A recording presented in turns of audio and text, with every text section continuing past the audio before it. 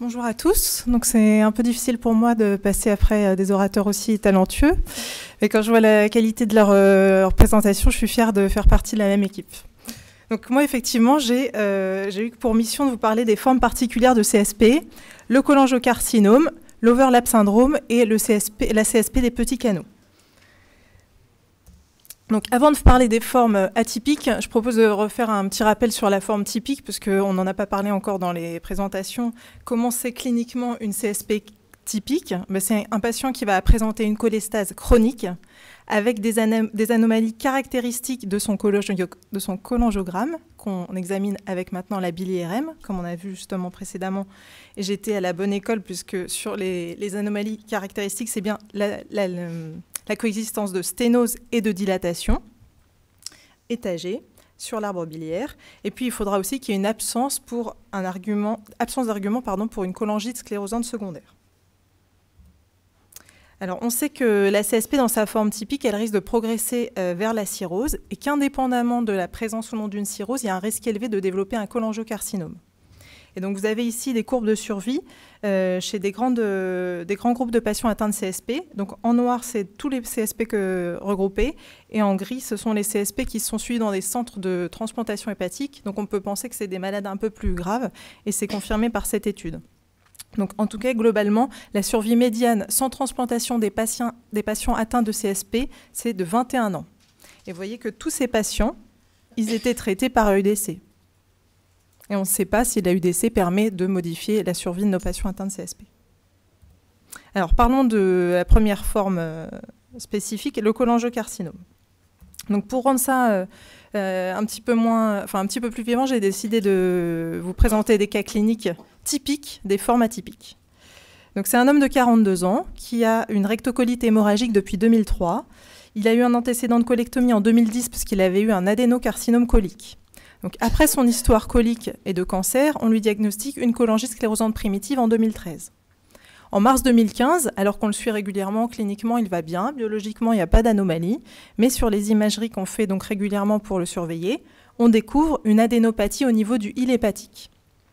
Découverte fortuite, puisque pas reliée à des symptômes cliniques ou biologiques. On décide de biopsier cette adénopathie sous écho-endoscopie et les biopsies nous répondent pas d'absence de cellules tumorales. Puis on continue de le surveiller et les imageries à 6 mois, elles montrent cette adénopathie, elle grossit. Donc on refait une nouvelle série de biopsies et cette fois, ça répond à adénocarcinome. Donc il y a eu une petite hésitation. Est-ce que c'était une rechute de son adénocarcinome colique ou est-ce que c'était un adénocarcinome maintenant hépatobiliaire? Et en fait, parce que c'était assez indifférencié. Et en fait, quand on a refait maintenant l'imagerie hépatique, il y a un syndrome de masse qui est apparu qui n'était pas visible sur les précédentes imageries. C'est comme ça qu'on a abouti au diagnostic de cholangiocarcinome. Donc en février 2016, il commence une chimiothérapie. Il y a eu une discussion diagnostique, vous voyez, pour qu'on commence le traitement encore plus tard. Donc, vous voyez qu'on est presque à 1 an après l'apparition de l'adénopathie. Et donc, malgré la chimiothérapie, la maladie, elle a progressé rapidement avec l'apparition d'une carcinose péritonéale et le décès du patient. Donc, ce cas clinique pour vous montrer que le problème du cholangiocarcinome, c'est vraiment son diagnostic. Alors, un peu de mots d'épidémiologie. En cas de cholangite sclérosante primitive, le risque de cholangiocarcinome, il est multiplié par 400 par rapport à quand on n'a pas de cholangite sclérosante primitive. Donc, vous voyez que c'est énorme. Et qu'on pense qu'un tiers des cholangiocarcinomes associés à la CSP vont être diagnostiqués dans la première année de CSP. Donc, c'est pour ça qu'on disait tout à l'heure, c'est au moment du diagnostic qu'il faudra vraiment être très observateur, attentif aux symptômes du patient, à sa biologie et aux modifications ou à des choses atypiques sur son imagerie. Alors, il y a plusieurs auteurs qui ont essayé d'identifier des facteurs protecteurs et des facteurs de risque. On sait que les facteurs protecteurs, c'est un âge jeune. Les enfants qui ont une CSP développent peu de cholangiocarcinome. Et puis, la forme CSP des petits canaux aussi. Des facteurs favorisants, à l'inverse, ont été identifiés. Donc, l'âge élevé au diagnostic de CSP, des antécédents de dysplasie ou de cancer colorectal, rupture de varices, donc en faveur plutôt d'une maladie hépatique évoluée, le tabac, l'alcool, des facteurs génétiques, vous voyez ici un polymorphisme, et puis la longue durée de l'évolution de la MICI, ça revient à ce qu'on a dit tout à l'heure, quand il y a la MICI qui est présente, elle augmente le risque de cholangiocarcinome. Récemment, donc ces facteurs de risque, ils n'étaient pas Ils n'étaient pas certains avec les études précédentes. Et il y a une étude qui est parue, vous voyez, cette année, qui a vraiment permis d'asseoir des facteurs de risque maintenant certains. Donc, l'âge au diagnostic de CSP, c'est la première courbe que vous avez ici en haut à gauche. Plus on est âgé au diagnostic de CSP, et plus on va avoir un risque de développer un cholangiocarcinome. Ensuite, le fait d'être un homme par rapport au sexe féminin, on a plus de chances d'avoir un cholangiocarcinome. Ensuite, la forme classique de CSP, elle est plus à risque de développer des cholangiocarcinomes que la forme small duct en bleu ici, le petit canot, ou la forme overlap en vert, dont on va traiter après. Et puis ici, vous avez l'association ou non avec une maladie inflammatoire chronique de l'intestin. Et donc, vous voyez que les courbes ici, c'est la rouge, la RCH, la rectocolite hémorragique, comme notre patient dans le cas clinique, ou bien la colite indéterminée. Elles sont associées à un risque plus élevé de cholangiocarcinome par rapport à la maladie de Crohn ou le fait de ne pas avoir de maladie intestinale chronique. Ces diapos que le professeur Trivedi nous avait montré aussi tout à l'heure, l'âge au diagnostic de CSP augmente vraiment le risque d'incidence du cholangiocarcinome. Et dans la première année aussi, plus on va avoir un diagnostic à un âge tardif, plus le risque de développer un cholangiocarcinome dans la première année après le diagnostic de CSP est important. Alors, comment on peut faire le diagnostic de cholangiocarcinome? Donc, chez un patient qui a une CSP, le plus souvent, ça va être une sténose biliaire hilaire, symptomatique. Donc, on parle donc avec une cholestase, un ictère, un prurite.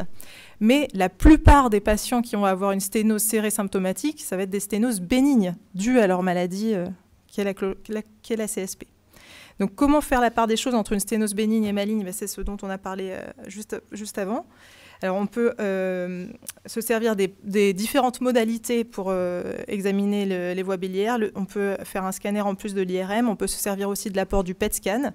Mais quand on a des arguments en faveur d'un cholangiocarcinome et qu'il est fortement suspecté, ces examens ne vont pas suffire à porter le diagnostic. Il va falloir aller jusqu'à l'endoscopie rétrograde pour faire vraiment un prélèvement des voies biliaires. Donc, une cytologie par brossage. Et on sait que le brossage biliaire, il n'est pas assez sensible pour faire le diagnostic positif de cholangiocarcinome. Donc maintenant, il y a eu un net apport diagnostique des biopsies endobiliaires et puis des techniques d'analyse qui sont faites sur le matériel, notamment le FISH. Alors, encore mieux que la CPRE avec les biopsies endobiliaires, maintenant il y a la cholangioscopie, donc avec le spyglass. Vous pouvez rentrer à l'intérieur des voies biliaires avec la caméra et voir leur aspect. Donc ici, ces photos, ça vous montre l'aspect typique d'une sténose fibreuse, fibro-inflammatoire qu'on rencontre qui est bénigne chez les patients qui ont une CSP. Il n'y a pas d'argument pour une prolifération tumorale quand on regarde ces images et qu'on a l'habitude de faire du spyglass. Et ici, vous voyez un petit objet métallique sur la photo en bas à droite. C'est la pince pour les biopsies dirigées sous le contrôle de la vue. Donc, cette technique de cholangioscopie, elle permet vraiment donc, de cibler sur des endroits suspects nos biopsies et donc d'augmenter la sensibilité pour aboutir au diagnostic positif de cholangiocarcinome. Et puis encore mieux, d'après la littérature, il y a maintenant le microscope confocal qu'on peut soit introduire dans le spyglass, soit dans le cathéter qui va dans les voies biliaires. Et donc ça nous permet de voir la muqueuse biliaire, mais aussi le tissu sous-muqueux. Et il y a des patterns qui ont été décrits comme étant suspects. Vous voyez ici, ça, c'est pas des aspects typiques. Et c'est relié à des atypies du brossage pour la cytologie. Et quand ce patient a été opéré, c'était confirmé qu'il avait une dysplasie de haut grade. Donc ça, c'est peut-être l'avenir pour augmenter la sensibilité du diagnostic de cholangiocarcinome. Pour l'instant, ce n'est pas encore très disponible. Alors, qu'est-ce qui est recommandé par les sociétés savantes pour le diagnostic de cholangiocarcinome? C'est que le cholangiocarcinome doit être suspecté chez tout patient CSP dès qu'il a une aggravation de la cholestase, ou bien une perte de poids, ou bien une élévation du CA19-9, ou s'il y a une apparition d'une sténose qui n'était pas précédemment décrite, ou bien si la sténose qui était là avant s'aggrave. En particulier, bien sûr, s'il y a le syndrome de masse sur l'imagerie associé à cette sténose. Mais comme on a vu avec notre cas clinique, c'est rare qu'il y ait le syndrome de masse en même temps que la sténose tumorale.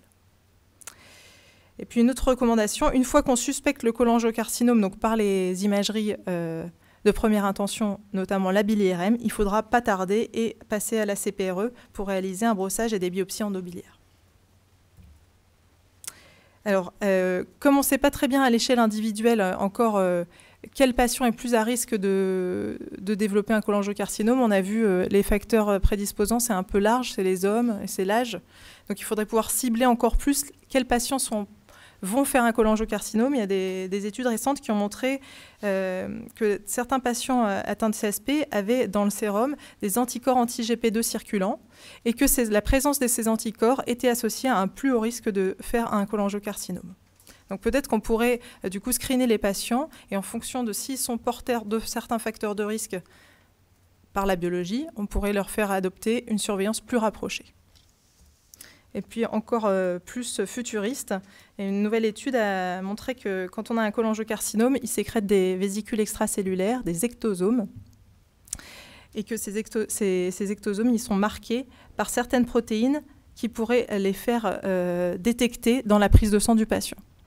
C'est-à-dire on lui fait une prise de sang, on montre qu'il a des anticorps à risque, et après peut-être on fait la prise de sang pour regarder s'il a les microparticules sécrétées par le cholangiocarcinome. Alors, comment on traite le cholangiocarcinome? Donc, quand il est résécable, on essaye toujours de faire de la chirurgie, donc ce sera une hépatectomie. Et quand la tumeur n'est pas résécable ou qu'elle est déjà métastatique, comme c'était le cas pour notre patient qui avait des ganglions, d'abord au niveau du huile et puis ensuite à distance en rétropéritonéal, on a une chimiothérapie qui sera à visée palliative. En première ligne, la gemcitabine et l'oxaliplatine. Et en deuxième ligne, on fera souvent l'irinotecan et le 5-FU. Alors, il y a aussi une toute petite partie de la population de CSP qui est atteinte d'un cholangiocarcinome qui va pouvoir bénéficier d'un traitement curatif par une transplantation hépatique. Donc ça, c'est selon le protocole de la Mayo Clinic. Donc vous voyez comment ça se déroule. D'abord, on a une radiothérapie externe associée à une chimiothérapie. Ensuite, on a une brachythérapie, c'est-à-dire une radiothérapie locale avec un cathéter dans les voies biliaires. Ensuite, on a une laparotomie exploratrice pour vérifier qu'il n'y a pas du tout de tumeur à distance, pas de carcinose péritonéale. Si tout est bien, on continue la chimiothérapie jusqu'à ce qu'on soit transplanté du foie. Et donc ça permet d'avoir une survie qui semble bonne, 70% à 5 ans, et qui n'est pas différente entre quand on a une CSP ou pas de CSP. Donc ça peut être une option, mais il faut vraiment garder en tête que c'est des patients très sélectionnés et que malheureusement, au fur et à mesure du protocole, on a bien sûr plein de patients qui sortent du protocole parce qu'il y a une progression de leur maladie. Donc souvent, les patients, s'ils ont regardé, s'ils sont un peu informés, ils vont nous demander d'être transplantés quand on va faire le diagnostic de cholangiocarcinome, mais ils seront très rarement éligibles. Parce que, et malheureusement, c'est une tumeur qui a un très mauvais pronostic, puisque vous voyez qu'à 5 ans, il y a moins de 10% des patients atteints de cholangiocarcinome qui sont toujours en vie. Alors, un petit mot sur le carcinome de la vésicule biliaire.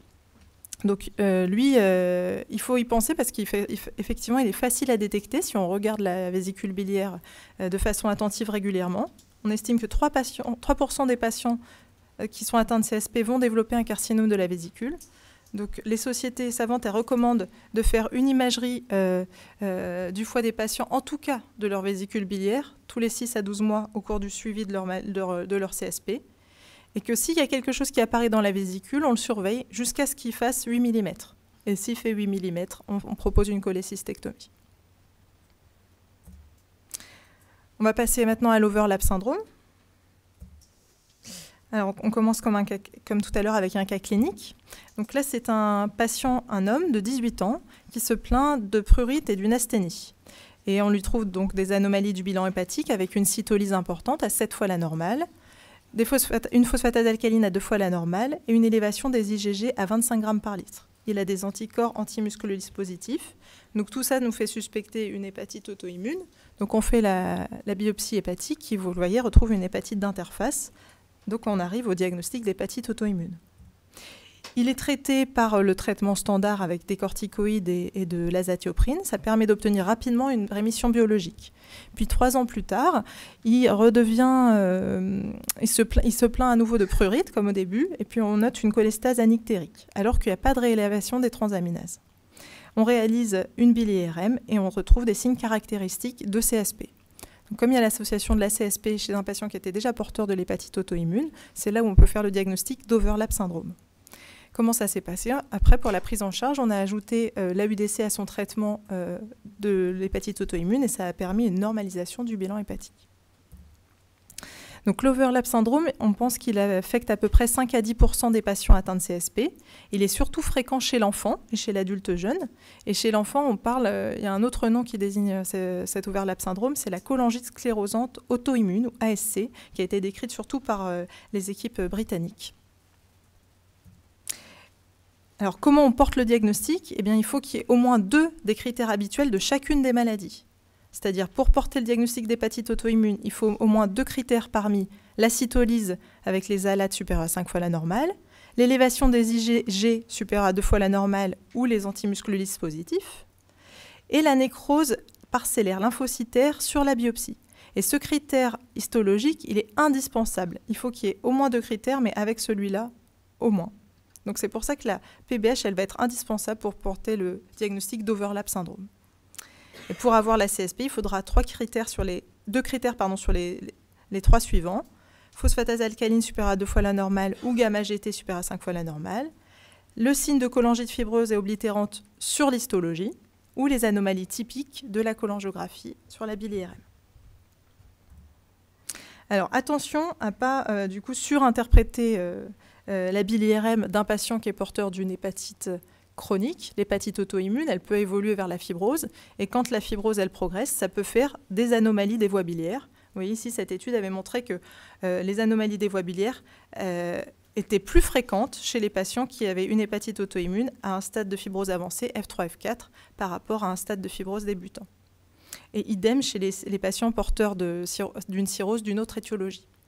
Donc quand un patient a une cirrhose secondaire à une hépatite auto-immune et qu'il a des anomalies de sa voie biliaire, attention à ne pas tout de suite parler d'overlap syndrome. Ça peut être juste les conséquences de la cirrhose. Comment on traite l'overlap syndrome? C'est assez simple. On traite les 2 composantes. On traite l'hépatite auto-immune de façon standard et on traite la CSP par l'AUDC à la posologie de 15 à 20 mg/kg. Donc c'est ce que recommandent les sociétés savantes américaines et européennes. Alors, le pronostic, est-ce que le fait d'avoir un overlap syndrome, ça change le pronostic? Cette étude, elle avait observé le devenir d'une grande cohorte de patients enfants atteints d'une CSP.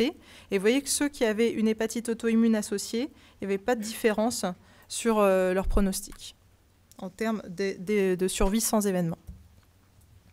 Alors, si on compare ici, après, chez l'adulte, vous avez ici la courbe de survie des hépatites auto-immunes seules comparée aux overlap syndrome. Vous voyez que le fait d'avoir un overlap syndrome, on a une moins bonne survie que l'hépatite auto-immune isolée.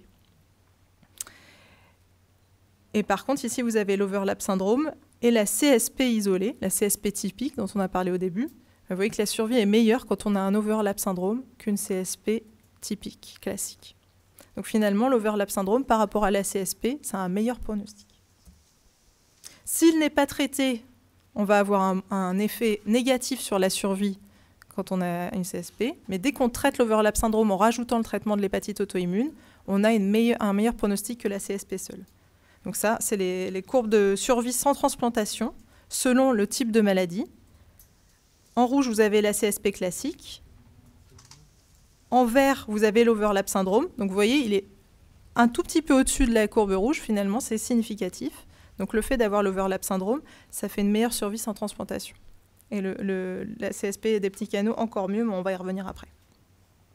Donc quelles sont les recommandations pour faire le diagnostic de l'overlap syndrome? C'est dès qu'il y a une hépatite auto-immune chez un patient avant 25 ans, ce sera systématique de lui faire une bile-IRM à la recherche d'une cholangite sclérosante primitive associée. Après 25 ans, il faudra toujours penser à l'association possible de ces 2 maladies dès qu'on aura une modification des tests hépatiques au cours du suivi, soit si on a un patient qui a une hépatite auto-immune et qui change ses tests hépatiques, soit si on a un patient qui a une CSP et qui modifie ses tests hépatiques. Puisque le traitement est simple et comme on l'a vu, une fois que c'est traité, ça améliore le pronostic. On va passer maintenant à la 3e et dernière partie, la CSP qui touche les petits canaux, donc qui est appelée aussi small duct. Donc le cas clinique ici, c'est une patiente qui a 30 ans et qui a une maladie de Crohn depuis 8 ans. Et puis, ces tests montrent une cholestase anictérique qui devient chronique. On lui réalise une bile-IRM qui est normale.